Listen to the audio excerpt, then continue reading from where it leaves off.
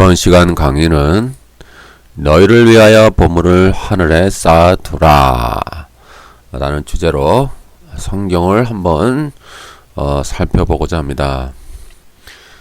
이제 이 개념은 제가 결론부터 미리 말씀드리면, 이런 개념은 결국 이제 우리는 청지기라는 의미죠. 관리자, 나의 생명, 나의 재산, 나의 땅, 집, 돈, 이 모든, 또 나에게 있는 재능들, 은사들, 이런 모든 것들은 이제 하나님의 것이기 때문에 소유권은 나에게는 없다라는 신앙 고백이에요. 그렇기 때문에 이제 그 하나님이 기뻐하시는 대로 쓰겠다 라고 하는 나의 신앙 고백이죠. 그렇다고 여러분들이 당장 지금 땅이나 집을 팔아서 교회다 바치라는 얘기는 아니고요. 평생 여러분들이 살아갈 때에 마음 자세에 이런 청지기 자세를 가지고 우리가 헌금을 드리든 구제를 하든 여러분 인생을 사시든 신앙생활을 그렇게 하라는 의미가 되겠습니다. 특히 이제 헌금 드리는 방법도 제가 이미 이 11조에 대해서 구약이 11조, 신약이 11조 제가 이미 강의를 드렸으니까 관심이 있으신 분은 한번 들어보세요. 오늘날에는 구약처럼 11조, 사실 구약은 11조를 드린 게 아니에요. 제가 이미 강조를 드렸지만은 약 23.3%를 드렸어요. 왜냐하면 레위인의 기업으로 11조로 1년마다 다 떼었고요. 또 1년마다 6월절, 오순절, 장막절 이렇게 축제의 11조가 있어요. 모든 이스라엘이 예루살렘에 모여서 축제 3대 절기를 지켜야 될 의무가 있거든요. 그때 소요되는 11조가 있어요. 그리고 또 1년마다 내야 되고요. 또 3년마다 한 번씩은 구제의 11조가 있어요. 이것은 오로지 구제를 위해서만 사용되는 11조. 3년마다 드려지는 구제의 11조. 재정이 완전히 분리돼야 됩니다. 따로따로. 그렇기 때문에 평균을 내면 1년에 거의 한 23.3% 정도 낸 거예요. 결론은 10의 1만 낸 것이 아니에요. 잘 보시면은. 그러니까 우리가 이 신약 교회에서요, 자꾸 11조를 강조하고, 10의 1은 하나님의 것, 10의 9는 내 것이라고 생각하는데 그렇지 않아요. 10의 9도 하나님의 거예요. 신약에 와서는 모든 게 하나님의 거예요. 여러분의 생명도, 여러분의 인생도, 여러분의 재능도, 여러분 땅과 집도, 통장에 있는 돈도 하나님의 것이라는 얘기죠. 때문에 헌금을 어떻게 드리느냐? 여러분의 믿음을 거의 담아 드리는 거예요. 여러분이 자발적으로 헌금을 드리는 거다. 교회에서 작정시키고 짜는 것처럼 헌금을 내면은 30배, 60배, 100배로 돌려주더라 라고 하는 그런 가르침은 성경의 가르침이 아닌 거예요. 빗나간 거예요, 지금. 근데 자꾸 왜 그런 식으로 현대교회에서 가르치는 것은 이제 성경의 본질을 떠난 변질된 가르침이라고 제가 많이 비판을 했으니까 그 11조에 대한 그 강의를 한번 들어보시고요. 그래서 오늘 하늘의 보물을 쌓아두라 라는 그것도 이제 그러한 관점에서 이제 강의를 하는 거예요. 모든 것은 하나님의 것이다. 특히 이제 구제에 대한 부분도, 구제를 왜 하냐? 그냥 착한 일 많이 하는 거, 공덕을 쌓는 거, 착한 일 많이 하면은 공덕을 쌓아서 천당 간 다음에 그런 식으로 일반 사람들이나 불신자들은 생각하겠지만, 우리 신약의 입장에 있어서 신약에 살아가고 신약의 이 성경의 입장에서는 구제라고 하는 것은 내가 만몬 숭배를 끊어버리고 모든 소유권은 하나님에게 있습니다라고 하는 신앙 고백 행위예요. 신앙 고백. 착한 일을 한다, 좋은 일을 한다는 것이 아니라 그러한 신앙 고백 행위. 이것이 구제가 되는 거예요. 그래서 이런 구제를 통해서 이제 우리의 보물을 하늘에 쌓아두어라 라고 우리 주님께서 상당히 많은 강조를 하셨죠. 이렇게 제가 먼저 결론을 말씀드렸고요. 이제 한번 주제를 한번 쭉 살펴보고자 합니다. 오늘날 현대교회의 그 현세적이고 기복적인 샤머니즘적인 신앙은 이 돈을 버는 것과 또 사회적 지위와 명예를 얻는 것을 복이라고 생각하잖아요. 축복. 그럼 축복받아라. 뭐 축복을 뭐 부흥 강사가 주는 걸로 착각을 해요. 부흥 강사가 마이크 잡고 강단에서 뭐 축복 받아라, 뭐 축복이 받아집니까? 축복을 하나님이 주시는 거지. 그런 부흥 강사가 주는 게 아니에요. 그러니까 얼마나 지금 변질되고 있습니까? 그러니까 타락하고 있다라고 하는 반증이에요. 오직 저와 생각이 다르시거나 기분 나쁘다라고 생각하시면은요, 뭐 끝까지 한번 들어보세요, 같이. 성경에서 무엇을 말하는가, 본질이 무엇인가를 살펴보자고요. 그래서 오늘날 이 변질된, 오늘날 이제 이런 교회 가르침은 이제 거의 이런 식으로 축복을 변질시키죠. 뭐, 돈, 사회적 지위, 명예, 뭐, 형통, 뭐 성공, 이런 것들. 뭐 이런 거 상당히 강조하잖아요. 그리고 이런 축복을 얻기 위해서는 헌금을 많이 내라, 많이 내수록 더 많이 축복을 받는다. 뭐 열심히 봉사해라, 목사님의 말에 철저히 순종 잘해라, 뭐 기도 열심히 해라, 이렇게 하고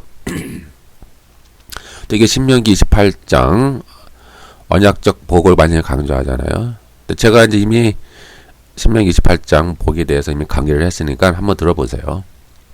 그래서 거기서 이제 복에서 강조했듯이 이 본질은 복을 달라라고 기도해서 얻는 것은 아니다. 하나님의 언약, 하나님의 말씀에 신실하게 반응하여 지속적이고 진실성이 담보된 언약 관계를 유지할 때 복은 주어지는 거예요. 신명기 28장에 보면 복 주세요, 복 주세요, 잘 살게 해주세요, 복 주세요라고 신명기 28장에는 기도하라는 가르침이 없어요. 야, 너희가 철저히 하나님 말씀대로 살아라. 하나님의 철저히 순종하고 하나님께 순종하라는 거예요. 하나님께. 그리고 교회 안에서만 순종하는 것이 아니라 교회 바깥에 나가서도 매일 삶 속에서도. 그러니까 성경은 교회 안의 신앙생활과 교회 바깥의 신앙생활을 분리하지 않아요. 그래서 오늘 현대 교인들이 상당히 오해하는 거예요. 교회 안에서 열심히 잘하면 축복받는다고 생각하지만 성경은 너희가 교회 바깥에서 월요일부터 토요일까지 어떻게 살아가고 있느냐, 너희가 하나님과 매일 동행하고 있느냐, 너희 삶 속에 하나님의 말씀을 순목하며 너희 삶 속에 하나님의 자녀됨을 또 빛과 소금이 되어 살아가고 있느냐, 하나님의 언약을 신실하게 유지하며 죄와 싸우고 어둠의 세력과 싸우며 물리치며 신실한 하나님의 백성으로 너희가 살아가고 있느냐, 세상에서. 그것을 상당히 중요하게 여겨요. 그리고 그렇게 할 때에 내가 너에게 복을 주겠다라고 신명기 28장에 기록이 되어 있는 거죠. 복 주세요, 복 주세요. 막 때를 쓰고 막 기도하고 주는 복이 아니에요. 한번 잘 읽어보세요. 제가 이미 강의했으니까 한번 찾아서 보시고요. 그리고 이 복이라고 하는 개념도 뭐 물질의 복, 성공의 복, 형통의 복 그런 개념이 아니에요. 이거 신약의 언어로 재해석을 하면은 하늘의 복이고 영적인 복이고 천국 기업을 상속받는 것, 너 영원한 생명 그런 것을 의미하는 것으로 이제 재해석이 되어지는 거예요. 그렇다면은 또 어떤 사람은 그럴 거예요. 그럼 뭐 믿는 사람은 가난하게 살란 말이냐? 아니죠. 열심히 일하면 또 돈을 많이 벌 수 있어요. 그것을 뭐라고 그랬어요? 일반 은총. 일반 은총의 하나의 통치 방식이에요. 그래서 하나님은 불신자나 믿는 자나 똑같이 햇빛을 내려주시고, 믿는 자나 안 믿는 자나 똑같이 비를 내려주시고, 믿는 자나 안 믿는 자나 이 하나님의 창조한 창조 세계의 은혜를 이 모든 좋은 것들을 다 누리게 하셨어요. 그것이 일반 통치의 방식이라고 해요. 따라서 일반 통치에 의하면 안 믿는 자든 믿는 자든 열심히 공부하면은 서울대학 가고요, 열심히 일을 하면은 또 돈도 많이 벌고요, 열심히 노력하면 좋은 것도 많이 해서 사업도 성공할 수 있어요. 또 열심히 노력하면 더 잘 살 수도 있고요, 오래오래 행복하게 살 수도 있고요. 이것이 일반 은총의 차원이고, 우리 믿는 자들도 일반 은총의 차원에서 여러분들이 돈을 벌고 또 부를 축적하고 잘 먹고 잘 살고 잘 살 수가 있는 거예요. 그거 부정하는 게 아니니까 오해하지 마세요. 그러면 특별은총의 차이점이 뭐냐 이 말이에요. 믿는 자에게 주시는 특별은총과 믿지 않는 일반 불신자들에게도 적용되는 일반 은총의 차이점은 무엇이냐 이 말이에요. 차이점이 있거든요. 그 차이점은 중요한 차이점은 영원한 생명이에요. 천국 기업, 하늘에 있는 것, 영원한 하늘에 있는 충만한 생명, 구원, 영생을 말하는 거잖아요. 그것은 오로지 믿는 자들에게만 주어지는 선물이에요. 그것이 구별됨이죠. 우리 믿는 자와 안 믿는 자의 구별됨이죠. 그리고 우리 또 하나의 구별됨은 믿는 자는 벌은 그러니까 모은 재산을 자기가 벌은 자기 노력으로 번 재산을 자기의 것으로 하지 않고 하나님의 것으로 여기고 청지기의 자세로 관리자의 자세로 그것을 하나님이 기뻐하시는 뜻대로 내가 사용하겠습니다. 생명을 살리는 데에 살리는 중요한 도구로 사용하겠습니다. 라고 하는 그 관점이 다른 거예요. 일반 불신자들은 자기의 탐욕을 위해서 자기의 욕망을 채우기 위해서 더 스스로의 만족을 위해서 재물을 쓰죠. 오늘날은 돈만 있으면 죽은 사람도 살리는 시대 아닙니까? 돈만 있으면 그들은 왕으로 대접을 받아요. 왕.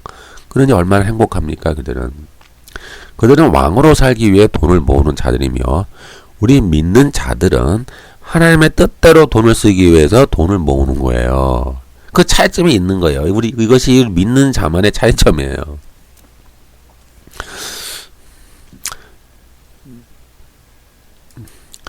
돈은요, 성경에서 돈 자체를 부정적으로 보진 않아요. 오해하시면 안 돼요. 무조건 가난하게 살아라? 아니에요. 돈은요, 중성이에요. 중성. 돈이 탐욕과 결합되고 죄악과 결합되면 악한 도구가 되는 거예요. 반면 그 돈이 선한 마음과 결합이 되면 생명을 살리는 아름다운 도구가 되는 거예요. 이 점을 오해하시면 안 돼요.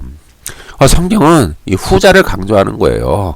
내가 돈을 일반 은총의 차원에서 네가 열심히 또 돈을 벌고 또 하나님이 기뻐하시는 곳에 사용해라. 생명을 살리는 도구로 써라. 라고 강조하죠. 그러면 내가 너희에게 더 많은 것을 맡겨주신다. 이거 진짜 제가 나중에 또 강조드릴게요. 맡겨주신다라고 하는 거예요. 복의 관점이. 주세요. 복 주세요. 막 그렇게 기도해서 막 긍정의 신학, 긍정의 믿음 갖고 뭐 번영 신학을 가지고 말이죠. 우리 눈에 환상한 꿈을 가지며 돈 벌게 해주세요. 돈 주세요. 부자 되게 해주세요. 한다라고 우리가 부자 되는 것이 아니라 여러분들이 그 재물을 청지기 자세로 잘 쓰잖아요. 하나님이 여러분들에게 더 많이 맡겨주신다 이거예요. 기도해서 주는 게 아니라 여러분들이 청지기 자세로 살면은 더 많은 것을 내가 너에게 맡겨주리라. 그 성경의 가르침이에요. 이해하시죠? 여기까지. 맡겨주겠다. 너희에게 더욱 많이.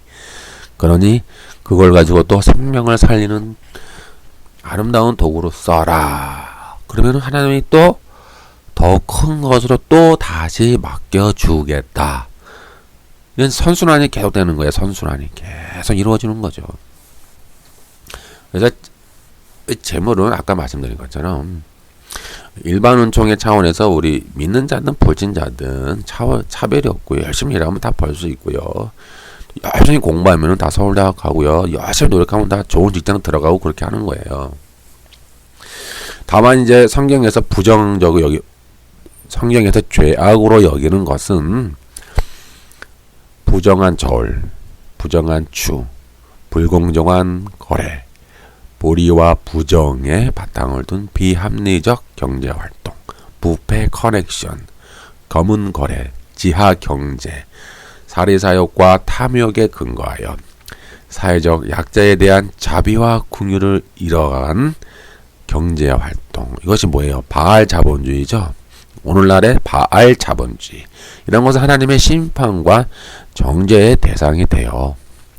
따라서 재물은 이제 두 가지 종류로 구분할 수 있어요. 하나는 바알이 주는 재물, 하나는 하나님이 주는 재물이에요. 바알이 주는 재물은 탐욕과 욕망을 채우는 재물이며, 하나님이 주시는 분은 다른 이에게 생명을 살리는 복의 통로가 되는 재물입니다. 따라서 지금 믿는 자들에게 요구되는 재물과는 복의 통로가 돼요. 사람을 살리는, 사람의 생명을 살리는 재물로 어떻게 내가 이것을 사용할 것인가, 내가 어떻게 청지기의 자세를 가지고 사용할 것인가라고 우리가 이제 고민을 해야 되죠.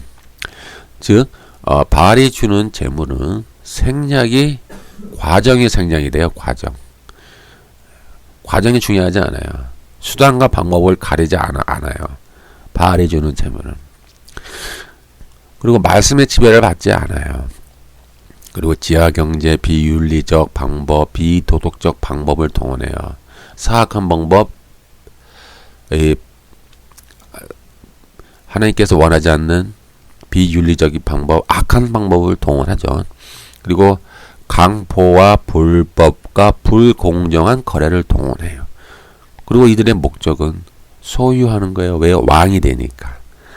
왕으로서 대접받기 위해 자기 자신이 그냥 소유하고 누리기 위한 목적, 그리고 과시와 자랑하기 위한 목적, 결론은 뭐야? 탐욕을 위한 목적으로 이들은 이 바알이 주는 재물은 사용이 되어져요. 반면 하나님이 주시는 재물은 과정이 중요하죠. 동기가 중요해요. 동기. 그리고 말씀의 지배를 받아요. 그리고 성경적 경제 윤리와 합리적이고 공정한 거래를 통과해야 되고요. 가난한 자와 고아와 과부와 이러한 사회적 약자를 항상 배려를 합니다. 그리고 복의 통로가 되는 역할을 하는 거예요. 생명을 살리는 복의 통로. 내가 소유하고자 하지는 않아요.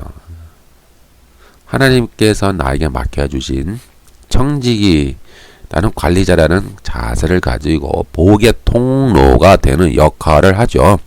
따라서 그 목적은, 하나님이 주시는 재물의 목적은 하나님 나라의 가치와 목적을 이 땅에, 이 세상에 실현하는 것을 목적으로 하는 거예요. 여기까지 정리가 되셨으면은 이제 본문으로 들어갑니다. 너희를 위하여 보물을 땅에 쌓아두지 말아라. 마태복음 6장 19절에서 21절. 너희를 위하여 보물을 땅에 쌓아두지 말라. 거기는 좀과 동록이 하며 도둑이 구멍을 뚫고 도둑질하느니라. 오직 너희를 위하여 보물을 하늘에 쌓아두라. 거기는 좀이나 동록이 해하지 못하며 도둑이 구멍을 뚫지도 못하고 도둑질도 못하느니라. 내 보물이 있는 그곳에 네 마음도 있느니라. 이 좀이란, 좀 잘 아시죠? 좀벌레, 옷감이나 의복을 상하게 하고 갉아먹는 이런 나비류의 애벌레죠. 의복은 귀중한 재물의 하나로 취급되었습니다. 과거에. 오늘날은 옷이 너무 흔하지만 이 당시는 일일이 수작업을 해야 됐고, 또 고급 재료, 비싼 재료로 사용되는 옷은 아주 귀중한 재물로 여겨졌죠.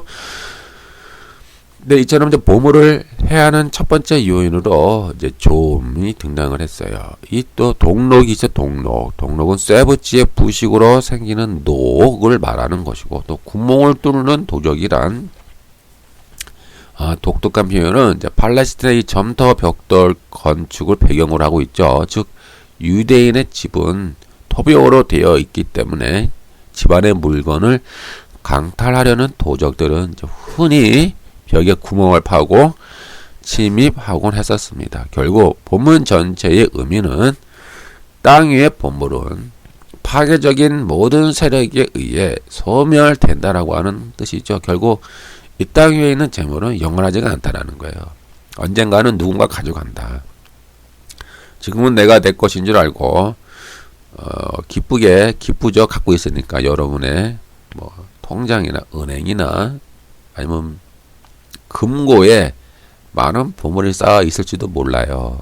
그러나 주님께서 말씀하시는 그거는 오래 가지 않는다. 그는 결국 누군가가 다시 뺏어간다라는 거예요. 예. 결국 다른 사람의 손으로 다시 옮겨간다. 이렇게 이제 말씀하고 있죠. 나의 재물을 호시탐탐 노리는 세력들이 있어요. 돈이 많으면 많은 대로, 또 적으면 적은 대로 돈 냄새를 맡고 와서 우리를 유혹을 하죠. 자기에게 맡기면 뭐 몇 배의 수익을 남기겠다. 속삭입니다. 그리고 자기만 아무도 모르는 자기만 아는 고급 정보가 있다고 그래. 여기에 투자해라. 아무도 모르는 거야. 그럼 여기에 대박 난다 그러죠. 때로는 좋은 사업 아이템이 있다고 소개를 해요. 또 적은 돈밖에 없다 그러면 괜찮아. 그것으로 큰 돈을 벌 수 있는 곳이 있으니까 투자해. 이렇게 광고하고 다니는 이들이 너무 많아요. 오늘날 이러한 사악한 세력들이 이 바알 자본주의 아닙니까? 오늘날 시대가 바알 자본주의 시대에 여러분의 돈을 훔쳐가기 위해서 수많은 세력들이, 수많은 이리들이, 수많은 늑대들이 여러분 주위를 배회하고 있어요. 또는 뭐 기가 막힌 프랜차이즈가 있다. 여기에 가맹해봐. 그럼 너는 돈을 쓸어 담을 수 있어. 뭐 이렇게 하는 것들. 또 적당한 사업 아이템을 찾고 있는 이들에게 하여튼 좋은 어떤 아이디어를 막 들려주고, 그럼 우리들 그 복음처럼 들려요. 복음. 와, 하나님의 축복이네. 하나님의 뜻인가 봐. 착각하지 마세요. 하는 뜻이 아니에요. 우리는 혹하게 있잖아요. 혹하고 뭐 하나님이 너에게 조금만 투자해. 그럼 복을 엄청나게 몇 배로 너희가 벌 수 있어. 라고 하면 우리는 하나님의 뜻이 여기 있나 봐. 하나님이 나에게 이제 축복을 해 주시겠지. 이렇게 착각을 한다 이 말이에요. 그러나 그들은 결국 여러분의 재물을 노리는 사악한 세력들이에요. 늑대와 일이에요. 하나님의 뜻이 아니에요. 그리고 이 프랜차이즈도 보면은 자기 회사는 돈을 벌어요. 그러나 가맹점은 투자금을 날리는 경우가 많죠. 나에게 돈이 있으면 이 돈 냄새를 맡는 사람들은 웃는 얼굴로 여러분들을 찾아옵니다. 나에게 돈이 있으면 다정하게 여러분의 친구가 되어줘요. 여러분에게 돈이 있으면. 얼마나 그들이 아름답게 웃습니까? 그들의 아름다운 미소, 여러분들 향한 그런 아름다운 미소가 얼마나 좋습니까? 여러 돈 냄새 맡고 오는데. 그러다가 그들의 속셈은 여러분의 재물을 강탈하려고 하는 도둑들이죠. 결국 자식을 통해 또는 가족을 통해 또 병을 통해 사고를 통해 사기를 통해 어떤 일이 벌어지고 결국 여러분의 돈은 다 사라지고 맙니다.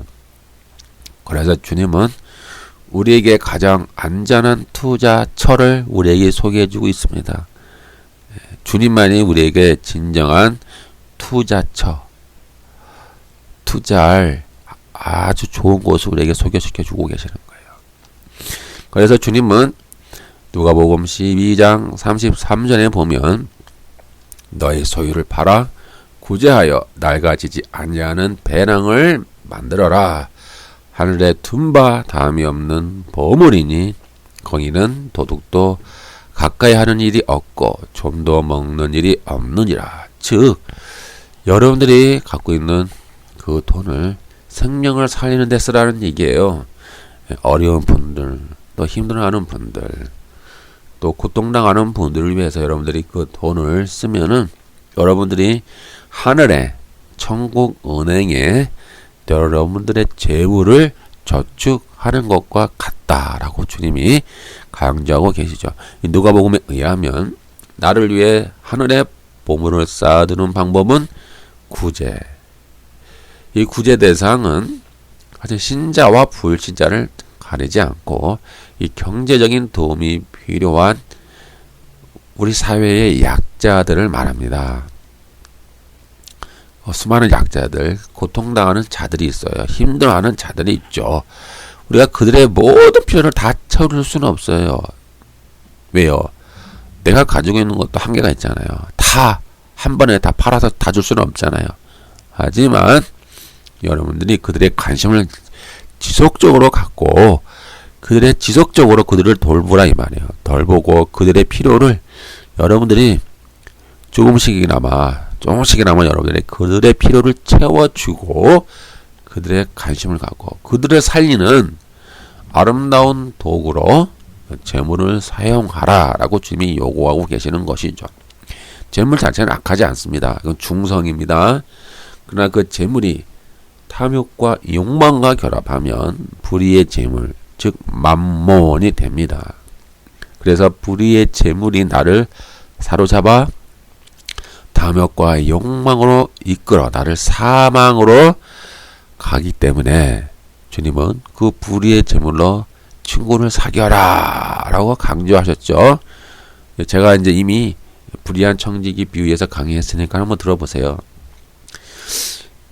누가복음 16장 9절 내가 너희에게 말하노니 불의의 재물로 친구를 사귀라. 그리하면 그 재물이 없어질 때에 그들이 너희를 영원한 처소로 영접하리라. 영원한 처소가 어디예요? 하늘이자 하늘. 하늘의 영원한 처소. 하늘의 영원한 생명이 있는 그곳으로 여러분들을 인도한다라는 의미를 가지고 있습니다. 이처럼 이제 구제는 사람의 생명을 살리는 거예요. 여러 가지 의미가 있는 거예요. 나의 재물을 가지고 복의 통로로 쓰여지는 거예요. 이 구제는 나의 재물이 나의 것이 아니요 하나님의 것이고 나는 그냥 관리자임을 고백하는 신앙 행위입니다. 구제는 나의 재산에 대한 탐욕과 욕망, 정욕, 미혹을 끊고 나는 온전히 하나님 앞에 서겠습니다 라고 하는 결단입니다. 이 구제는 단순히 선행을 하면 어떤 공덕을 쌓고 선행을 많이 하면 뭐 기분이 좋다 그런 의미가 아니라 내 안에 죄의 욕망과 결전하는 싸우는 영적 전쟁이라 할 수 있습니다. 이 구제는 하나님이 내게 맡기신 재산을 하나님의 뜻대로 성실히 사용하고자 하는 그런 청지기 직무를 시험받는 것입니다. 디모데전서 6장 9절 10절 부하려 하는 자들은 시험과 올무와 여러가지 어리석고 해로운 욕심에 떨어지나니 곧 사람으로 파멸과 멸망에 빠지게 하는 것이라. 돈을 사랑함이 일만 악의 뿌리가 되나니 이것을 탐내는 자들은 미혹을 받아 믿음에서 떠나 많은 근심으로 자기를 찔렀도다. 이게 나와요. 그렇기 때문에 돈 자체가 악한 것이 아니라고 그랬죠. 돈을 사랑하는 것, 그것이 악이고 그것이 만몬 숭배예요. 그것이 결국 여러분들을 찌르는 거예요. 자기를 죽인다는 거예요. 그렇기 때문에 여러분들이 이러한 탐욕이 있고 여러분 안에 만몬 숭배가 있으면 여러분들이 하나님께 복 주세요, 돈 주시고 땅 주시고 집 주시고 성공하게 해주시고 형통하게 해주세요 라고 기도한다 하나님 들어주실까요? 안 들어주시죠. 왜요? 그것이 여러분들을 죽이니까. 여러분들이 탐욕에 빠져있고 욕심에 빠져있고 여러분 안에 만몬이 있다면 줄 수가 없는 거예요. 왜요? 여러분들이 멸망당하니까. 하나님이 안 준다고요. 오히려 빼는 경우가 있어요. 주기는커녕 오히려 여러분에게 있는 것들을 빼앗아서 여러분들을 살리기 위함으로 여러분들을 살리기 위한 목적으로 빼앗는 경우가 있어요. 반면 여러분들이 진정으로 탐욕을 제거하고요. 여러분들이 하나님 앞에 온전히 서서 하나님의 시험에 테스트에 합격을 하면 너는 정말 나의 청지기구나. 너는 너를 위해 쓰지 않는구나. 라고 여러분들이 합격하면 하나님이 여러분들에게 많은 걸 맡겨주신다고 성경에 약속되어 있어요. 많은 걸 맡겨주신다고요. 주는 게 아니라고요. 기도해서 막 복 주세요 하는 것처럼 여러분들에게 주는 게 아니라고요. 여러분들이 마음대로 쓰고 여러분 자신을 위해서 먹고 마시고 즐기기 위해서 여러분들에게 주는 게 아니라고요. 사람의 생명을 살리라고 여러분들에게 맡긴다고요. 맡긴다. 예? 여러분들에게 막 쓰라고 네 것이니까 네가 알아서 써. 즐겨라. 함부로 여러분들에게 막 주는 게 아니라 맡긴다고요. 맡긴다. 그것을 잘 구별하세요. 원래 이런 걸 잘 구별하지 않잖아요. 오늘날. 이 타락한 복음은 이거 잘 구별하지 않잖아요. 그냥 믿기만 하면, 헌금만 잘 내면, 기도만 열심히 하면, 의심하지 아니하면, 긍정의 신학, 긍정의 믿음, 번영의 신학을 하면 하나님은 너에게 다 주신다. 복을 막 엄청나게 쌓아주신다라고 가르치잖아요. 이제는 이런 청지기 자세를 가르치지 않아요. 청지기라는 개념이 없어요. 그냥 잘 먹고 잘 살고 그것이 하나님의 축복이요. 그리고 믿었으니까 죽으면 천당가 이라고 가르치는 거예요. 그리고 변질되고 타락된 것이죠.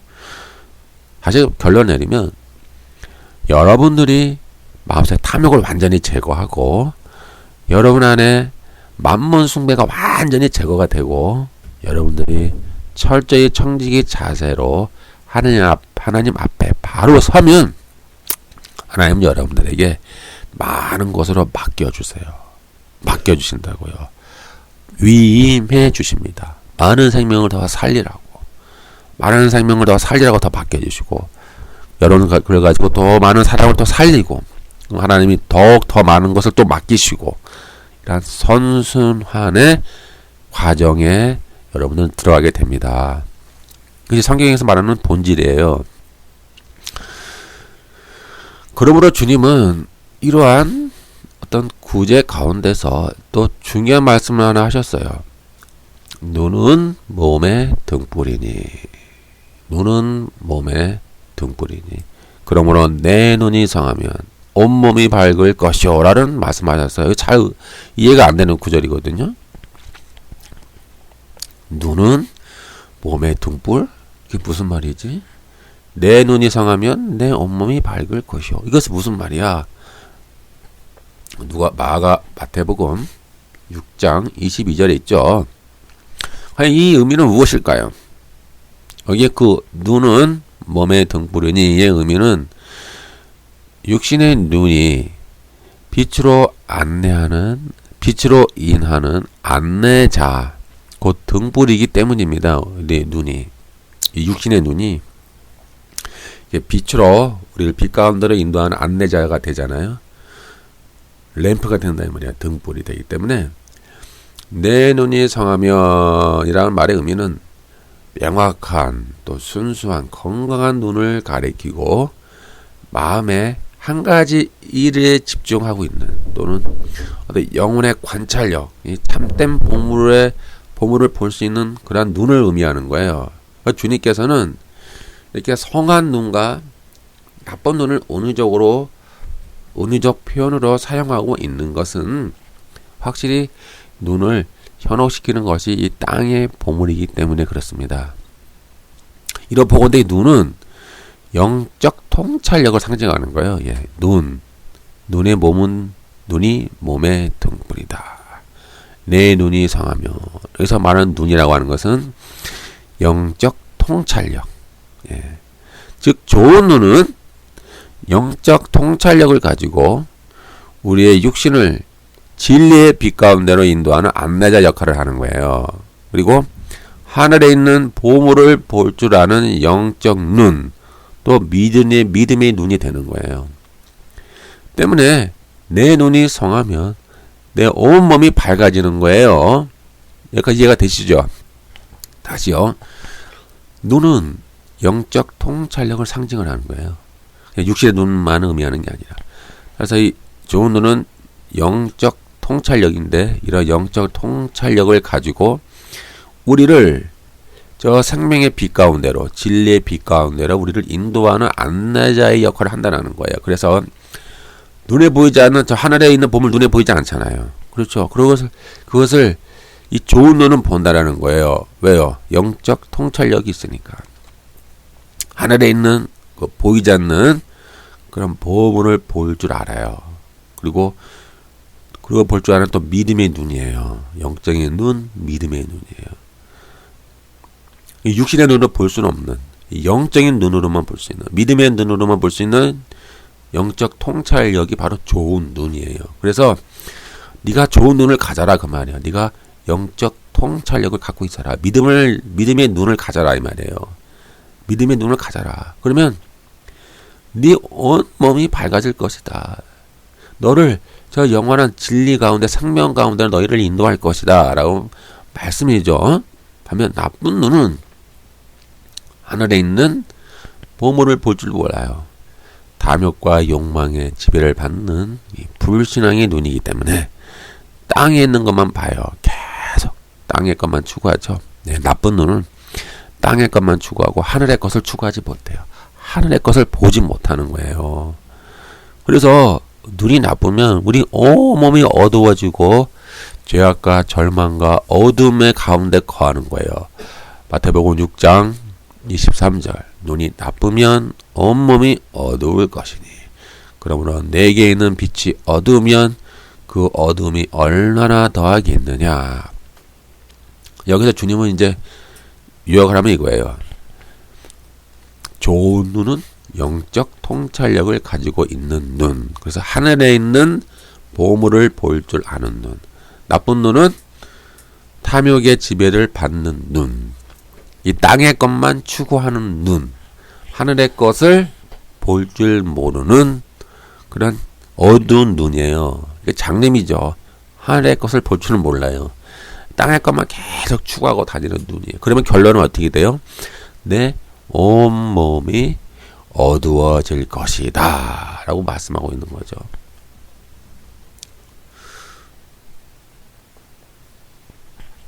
여기서 잠깐 또 우리 마태복음 5장에 보면 또 등불이 등장해요.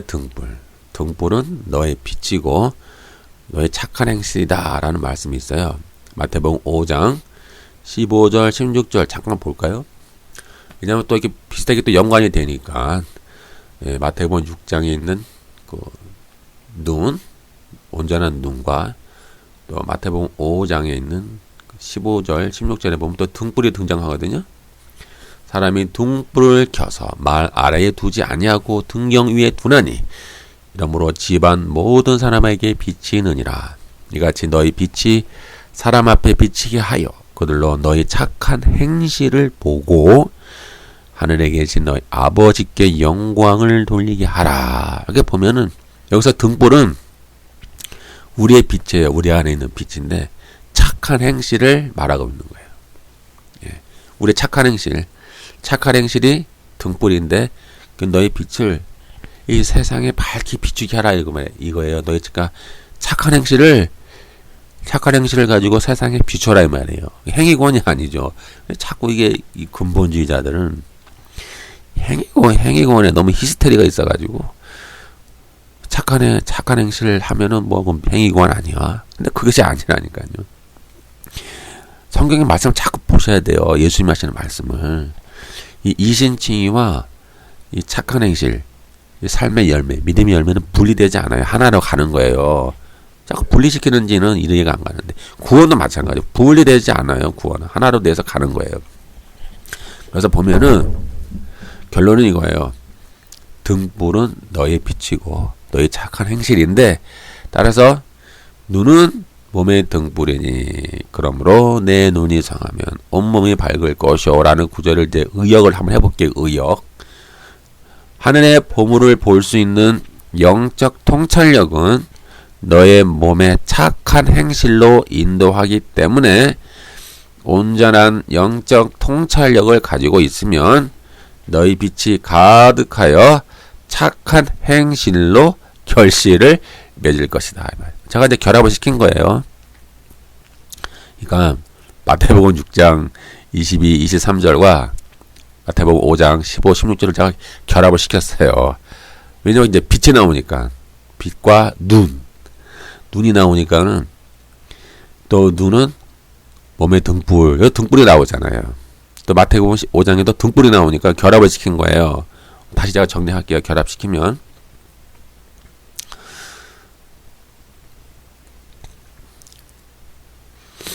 하늘의 보물을 볼 수 있는 영적 통찰력은 너의 몸의 착한 행실로 인도하기 때문에 온전한 영적 통찰력을 가지고 있으면 너희 빛이 가득하여 착한 행실로 결실을 맺을 것이고 결국 너희를 저 하늘에 있는 생명으로 진리의 빛으로 인도할 것이다 라고 이제 서로 이제 결합시키면 그렇게 해석할 수 있다라는 거예요. 반면 나쁜 눈은 무엇이냐? 눈이 나쁘면 온몸이 어두워질 것이니 그러므로 내게 있는 빛이 어두우면 그 어둠이 얼마나 더하겠느냐라는 구절을 또 의역을 하면은 탐욕과 욕망의 지배를 받아 땅의 것만 볼 줄 아는 불신앙의 눈은 너의 빛을 어둡게 만들어 착한 행실의 결실을 맺을 수 없게 만들기 때문에 너희를 저 하늘의 진리의 빛 가운데로 인도하지 못한다 라고 우리가 의역을 할 수 있겠습니다. 이런 배경하에서 보면은 성경은 이제 너희는 두 주인을 섬길 수 없다 라는 계속적인 그 교훈을 주세요. 너희는 두 주인을 섬길 수가 없다. 이 배경은 두 주인의 배경은 이제 구약에 나오죠. 구약 이스라엘 백성이 바알신을 숭배하면서 동시에 하나님을 믿었어요. 두 주인을 섬겼죠. 창세기 2장에서부터 사사기 2장 사사기 2장에서부터 시작된 이런 바알 숭배는 전형적인 양다리 전략이에요. 양다리. 이 믿는 자들은 양다리를 좋아해요. 양다리 걸치는 거죠. 왜요? 보험을 드니까. 안심보험. 양쪽에 보험을 드니까 더 좋은 거죠. 하나님의 백성은, 이스라엘 백성은 그래서 하나님을 믿지 않는 건 아니에요. 하나님을 믿긴 믿었어요. 그러나 바알 숭배를 하면서 동시에 하나님을 믿었기 때문에 하나님이 진노하셨죠. 이러한 양다리 전략의 이제 현대적 의미를 살펴보자면 탐욕과 욕망과 권력의 신인 바알신을 숭배하면서 동시에 영적 구원을 위해서는 지옥에 가면 안 되니까 천당 가기 위해서 하나님을 믿는 것과 같은 맥락이 됩니다. 오늘날 타락한 이런 교회 안에 들어오는 신앙 형태가 그래요. 대부분 바알을 숭배하면서 동시에 하나님을 믿는 양다리 전략을 가지고 있죠. 결국 두 주인을 믿고 있는 거예요. 타락한 교회들을 보면은 이 현세적인 욕망을 위해서는 바알을 믿어요. 현세적인 성공, 물질적 축복, 성공과 야망, 형통 그런 것들은 바알신이 제공을 해주거든요. 바알은 윤리가 없잖아요. 바알은 조건이 없어요. 그냥 바알 이렇게 외치기만 하면은 바알이 다 줘요. 원하는 대로 준다고요. 소원 성취. 바알신이죠. 그리고 하나님 영적 구원을 위해서는 하나님을 믿어요. 이런 양다리 전략이 이제 현대의 이제 변질된 신앙의 모습과 매우 유사한데요. 그런데 주님은 그러한 양다리 전략을 경고하고 있어요. 그리고 너희는 하나의 주인만을 택하라. 마태복음 6장 24절. 한 사람이 두 주인을 섬기지 못할 것이니 혹 이를 미워하고 저를 사랑하거나 혹 이를 중히 여기고 저를 경히 여김이라. 너희가 하나님과 재물을 겸하여 섬기지 못하느니라. 나오죠? 여기서 재물은 맘몬을 말해요. 영어 성경에 보니까 You cannot serve God and mammon 이렇게 나와요. 즉 재물 자체는 악하지 않아요. 중성인데 그 재물이 나의 탐욕과 결합이 되면 나의 욕망과 결합이 되면 맘몬이 되는 거예요. 하나님 계속 말씀하시는 거예요. 너는 맘몬을 숭배할래? 나를 믿을래? 너는 교회에서 자꾸 맘몬을 숭배를 하고 있니? 그래, 맘몬이 너에게 주는 축복을 너는 그렇게 사랑하니? 넌 나를 한번 진정으로 믿어봐. 너는 양다리 전략을 버리면 안 되겠니? 하나만 믿어. 너는 두 주인을 섬길 수가 없어. 하나를 미워하고 하나를 사랑해야 돼. 너는 둘 다 사랑할 수 없다니까. 라고 우리에게 계속 말씀하시고 있는 것이죠. 저는 아까도 말한 것처럼 재물 자체는 악하지 않아요. 중성이죠. 그리고 하나님의 주시는 부와 재물은 아까 앞에서 살핀 것처럼 복의 통로가 되죠. 사람을 살리는 도구가 돼요. 선한 도구. 이것은 하나님이 주시는 부와 재물이죠. 그러나 그런 부와 재물이 나의 탐욕과 결합이 되면 만몬, 그리고 만몬 숭배가 됩니다. 이렇게 재물과 결합한 탐욕은 만몬신으로 탈바꿈하게 되고 결국 우리의 마음을 지배하죠. 이것이 무서운 게 뭐냐면 눈에 보이지 않기 때문에 무서운 거예요. 골로새서 3장 5절 그러므로 땅에 있는 지체를 죽이라. 곧 음란과 부정과 사욕과 악한 정욕과 탐심이니 탐심은 우상 숭배니라. 이렇게 재물과 결합된 탐욕은 우상 숭배가 되기 때문에 주님은 탐욕과 만몬 둘 중에 하나만 택해라라고 우리에게 명령하고 계시죠. 지금까지 우리가 알고 있는 우상은 눈에 보이는 우상 아닙니까? 큰 이렇게 만든 거, 그 앞에 뭐 절하는 것. 그러나 진정한 무서운 우상이 있어요. 그건 눈에 보이지 않는 우상이에요. 그것은 우리 안에 있는 탐욕이고 만몬이에요. 그러니까 눈에 안 보인다니까요. 그러나 우리는 계속 그 만몬에 절하고 있어요. 우리는 계속 만몬을 숭배하고 있는 거예요. 근데 우리는 그것을 우상 숭배인지는 몰라요. 그냥 축복으로 알아요. 축복입니다. 하나님 헌금 많이 드릴게요. 라고 우리는 믿는다라는 거죠. 결론을 내립니다. 결론. 우리가 보물을 하늘에 쌓고 구제하고 이 청지기 자세로 산다는 것은 첫 번째, 재물에 대한 탐욕과 탐심을 끊어 만몬 숭배를 거부하겠다라고 하는 신앙 고백입니다. 둘째, 내가 열심히 일해. 내가 돈을 또 재물을 벌었다가 해도 그 소유권은 하나님께만 있기 때문에 재물에 대한 탐욕을 갖는 것은 하나님의 것을 찬탈하는 것이 되고 하나님의 것을 도둑질하는 것이 됩니다. 모든 게 하나님의 거예요. 신약에 와서는. 여러분의 생명, 재산, 모든 것이 다. 세 번째, 구제는 청지기로서의 신실성을 테스트 받는 것입니다. 재물을 잘 관리하면은 여러분들이 하나님이 여러분들을 충성되이 여겨 더욱 큰 것을 맡기십니다. 우리 안에 탐욕이 제거되고 올바른 청지기 자세를 가진다면 하나님은 여러분들에게 더 많은 재물을 맡기세요. 왜요? 많은 사람의 생명을 살리라고, 복의 통로가 되라고, 사람의 생명을 살리는 선한 도구로 쓰라고 많은 재물을 여러분들에게 맡기신다라는 거예요. 결국 그 재물은 나를 위한 재물이 아니라 많은 생명을 살리는 귀한 재물이 되라고 우리에게 맡겨주십니다. 네 번째, 구제는 사람과의 관계를 회복시키고 여러분의 미래를 보장받는 지혜로운 행동입니다. 결국 여러분들을 저 영원한 하늘 처소로 인도하고 있고요. 여러분들의 모든 그런 재물을 하늘에 있는 천국 은행에 쌓아두는 그러한 행위가 되겠습니다.